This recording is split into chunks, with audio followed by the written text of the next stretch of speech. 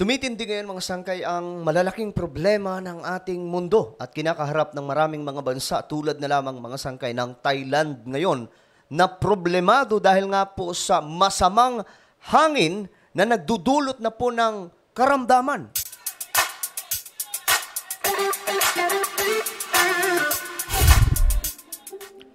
Hello guys, what's up? Magandang oras po sa inyong lahat. Anyway, before we start guys, paki-subscribe po muna yung ating YouTube channel, no? Kung hindi ka pa po nakakapag-subscribe dito sa YouTube, ayan po, makikita nyo po yung subscribe button sa ibaba. I-click nyo lamang po yung subscribe, i-click ang bell, at i-click nyo po yung all. At kung kayo naman po ay nanonood sa Facebook, huwag nyo pong kalilimutan na i-follow ang ating Facebook page. Okay, napakahalaga ng ating paksa o topic natin ngayon o balita, no? Dahil nga po patungkol po ito sa kaganapan ng ating mundo. Kaya nga po I invite you guys to please subscribe this channel. Dahil hindi po tayo dito nag-uusap ng mga walang kabuluhang mga topic lamang. Gaya po ng mga artista o kung ano-ano pa mga chismis. Dito mga sangkay, pinag-uusapan po natin ang nagaganap sa ating planeta na dapat ma-inform ang lahat ng tao. At ang rason, mga sangkay, kung bakit ko ginagawa rin ito is for us to understand na ang ating mundo ngayon ay talagang namang may kinakaharap na malaking problema na ang tanging nakakaintindi lamang po nito yung mga scientist. Mga sangkay. At dahil mahilig po tayo mag-research sa mga nangyayari, yung nakikita ng mga scientist, nakikita na rin po natin ngayon na ibinabahagi po natin sa mga viewers natin o mga followers natin dito sa YouTube. Napakahalaga na ito mga sangkay, higit pa po ito sa politika dahil nga po may kinalaman din po ito sa magaganap in the future. Lalong-lalo na po pag pinag-uusapan natin ang ating paglilingkod sa ating Panginoon. Well, ito po yung kaalaman, no? Tungkol sa Thailand. Ayon po dito sa UNTV, media po dito sa ating bansa, local media, kalidad ng hangin sa ilang bahagi ng Thailand hindi na po ligtas. So nagkaroon po tayo ng research about dyan. Tiningnan po natin at mukhang totoo nga mga sangkay.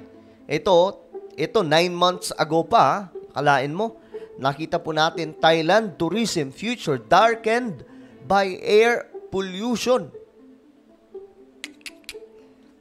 Ito pa mga sangkay. Article. Patungkol po ito sa air pollution ng Thailand na lumalala. Ayan o, the short answer. Sabi po dito, is air pollution an issue in Thailand? The short answer to this question is yes. Alam nyo mga sangkay, ang mundo ngayon ang kinakaharap, di ba? Climate change. At ayon po sa mga report ng United Nations, itong climate change, ang isa sa epekto nito ay yung polluted na kapaligiran. Kumbaga, malalaman po natin na ang climate change ay nagaganap ng mga sangkay by what we can see sa paligid. Kahit dito po sa Pilipinas. Minsan na po tayo, o madalas, kahit ngayon mga sangkay, may air pollution tayo na malala sa Metro Manila. At sa iba't ibang bahagi ng ating bansa, maliban na lamang po sa mga nasa liblib na ng mga lugar na probinsya. Pero sa mga syudad, nako, malala po.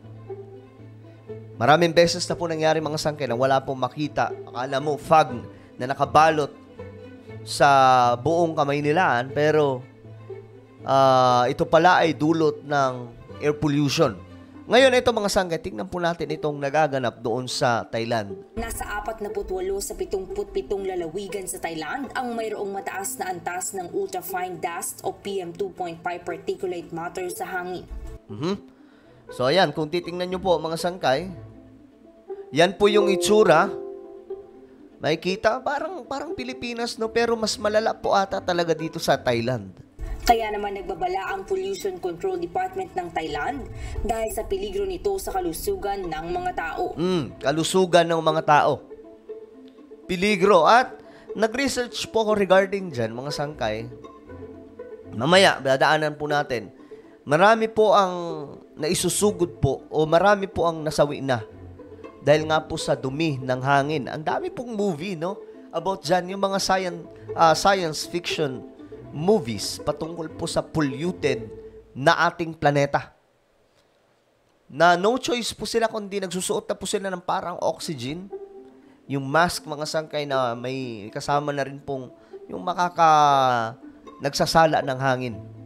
So, yan po yung mga future na nakikita actually ng mga scientists. Tayo, mga sangkay, hindi po natin masyadong maano yan eh. Pero tingnan po natin. Ang mga lugar na may mataas na antas ng dust ay Bangkok, Patumtani at industrial regions gaya ng Samut Prakan at Samut Sakhon. Kaya naman naka-high alert na ang mga lungsod at probinsya upang agarang maisagawa ang mga kinakailangang hakbang. Naka-high alert na. At matugunan ang severe air quality crisis. Nako, severe na pala ito. Hindi na po pala talaga ito hindi po normal. Mas malala pa po ito sa Pilipinas kasi severe na po. Ibig sabihin, malala na po yung kanilang hangin na nagdudulot na po ito ng delikadong sitwasyon ng kanilang pangangatawan.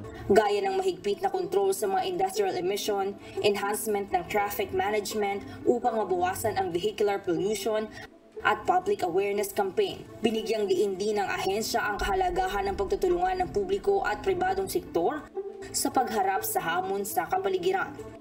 Dito sa Bangkok, nagpaalala ang mga otoridad sa mga residente na magsuot ng face mask kung lalabas ng bahay. Nako. So, hindi na po talaga safe. Kailangan na po nila mag-face mask. Dati, nag-face mask lamang po tayo kasi may COVID. Actually, kahit dito sa Pilipinas, mga sangkay, ang advice din po talaga ng mga medical professionals, mag-face mask. Kaya nga po yung mga doctor, mga nurses, naka-face mask po sila eh. Kasi, alam po nila yung nangyayari sa Pilipinas, sa polluted. How much more doon po sa Thailand, di ba? Iwasan ang matitinding aktibidad at manatili indoors. Grabe. Hindi na po sila pinapalabas kaano ng bahay. Ganyan po yung sitwasyon ngayon ng Thailand. Paula Porta, UNTV. Okay.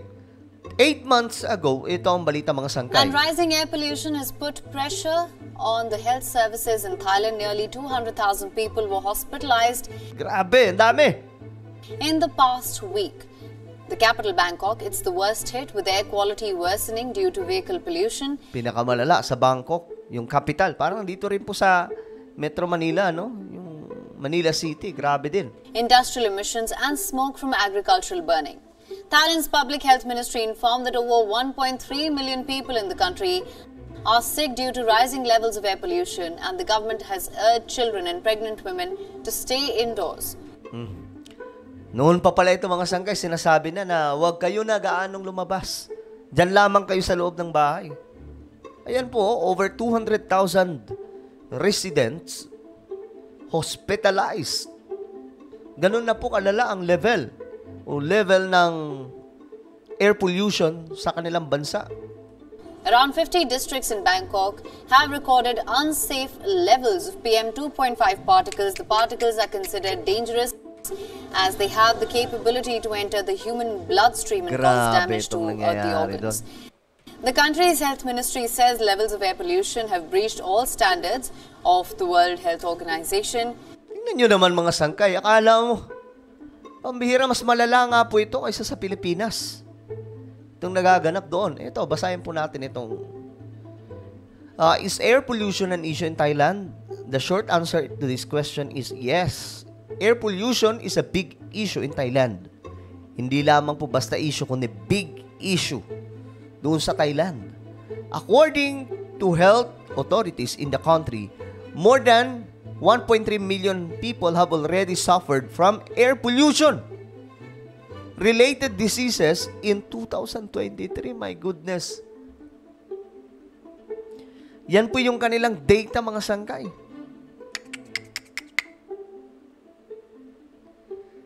So, ewan ko lang, mga sangkay, ano pa ang magiging pwedeng solution dito? Kaya nga po, tayo mga tao din po ang sumira talaga sa ating kalikasan. Alam nyo yung yung utos sa atin ng Panginoon, simula kay Adam and Eve, binigyan po sila ng dominion ng Diyos para alagaan ang lahat ng mga nilalang na nabubuhay sa mundo. Kalikasan, lalo na. Pero anong ginawa ng tao? Instead na alagaan, protektahan, dahil po sa pagtaas ng teknolohiya, pagiging advanced at pagiging modern ng ating mundo ngayon, nasisira po yung ating kalikasan. So alam nyo na, I hope na nagigets po natin, itong nangyayari sa ating planeta ngayon ay hindi po normal na nagaganap. Biruin nyo. War, ano pa ba, lindol, at kung ano-ano pa, mga sangkay. At eto naman, pambira. Ano po ang inyong komento? Just comment down below. Now guys, I invite you, pakisubscribe po itong isa kong YouTube channel, lalong-lalo na po yung mga born-again Christians dyan. Makaka-relate kayo sa mga topic natin dito dahil about po ito sa Biblia. So hanapin nyo lamang po ito sa YouTube, then click the subscribe, click the bell, and click all. Ako na po ay magpapaalam hanggang sa muli. This is me, Sangkay Danjan. Palagi nyo pong tatandaan that Jesus loves you. God bless everyone.